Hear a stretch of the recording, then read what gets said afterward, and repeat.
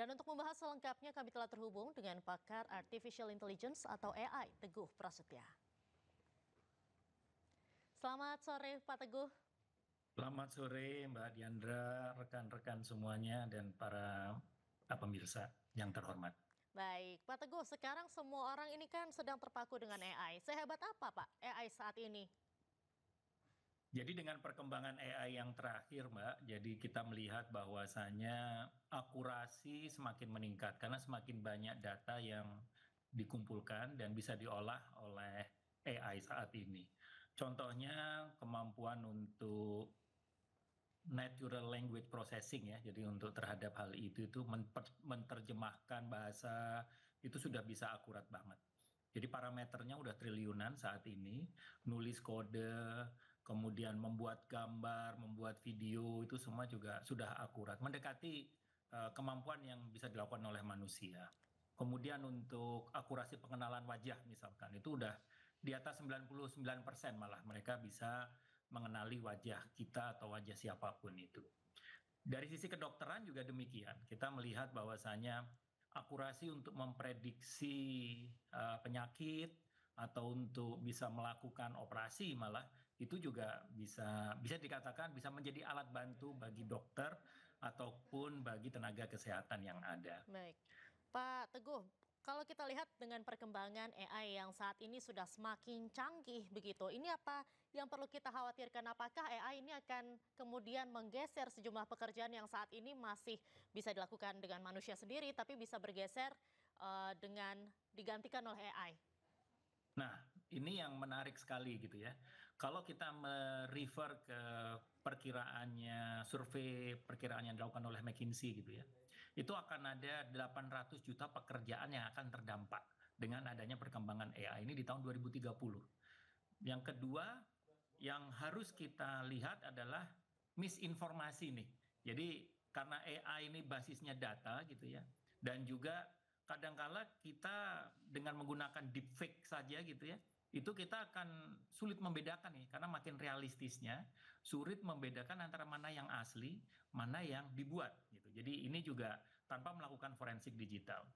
Yang ketiga, yang resiko yang atau challenge yang kita hadapi adalah algoritmenya ini bisa bias nih, tergantung kepada programmingnya daripada AI itu tersendiri. Jadi kalau algoritmenya bias, tentunya hasil yang dihasilkan juga bisa bias.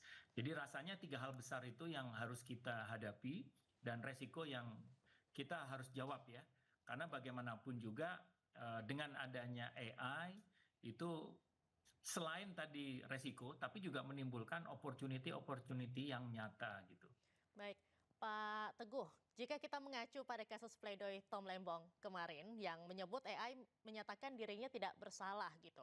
Apakah secara teknologi saat ini AI itu sudah mampu menganalisis seluruh dokumen hukum seperti berkas perkara, transkrip persidangan, hingga bukti-bukti untuk menilai seorang bersalah atau tidak, atau mungkin seperti yang tadi Bapak bilang, ini algoritmanya bisa bias?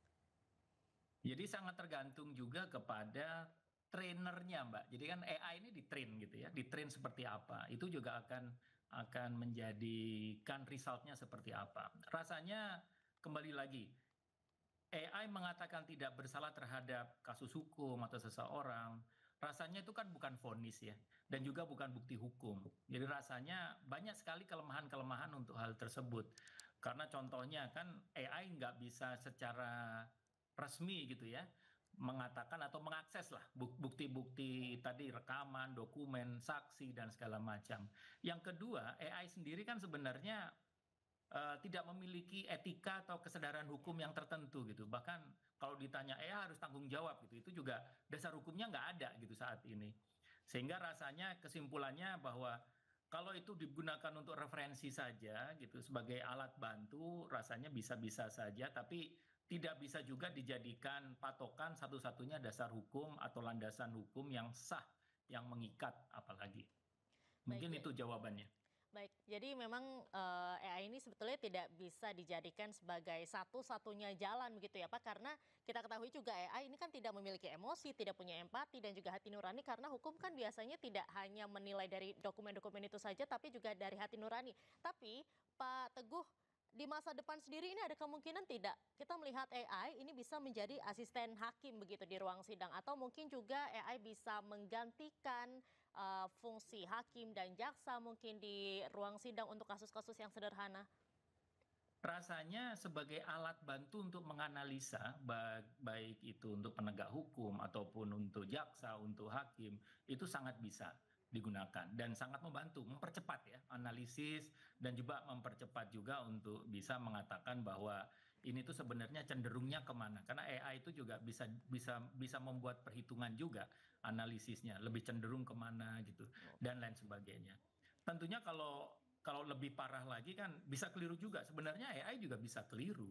Karena kan bagaimanapun tergantung kepada data, tergantung kepada algoritmenya, tergantung kepada yang ngetrain gitu ya. Kan kita bisa ngetrain aja sebenarnya itu yang salah ini, yang salah ini itu terus-terus itu diulangin dan ditambah dengan data yang lain, akhirnya AI cenderung ke satu sisi gitu ya. Oh, Itu sangat bisa dilakukan sehingga rasanya kesalahan-kesalahan terhadap bias algoritma, bahkan kita juga menyebut halusinasi AI juga bisa terjadi gitu ya. Kalau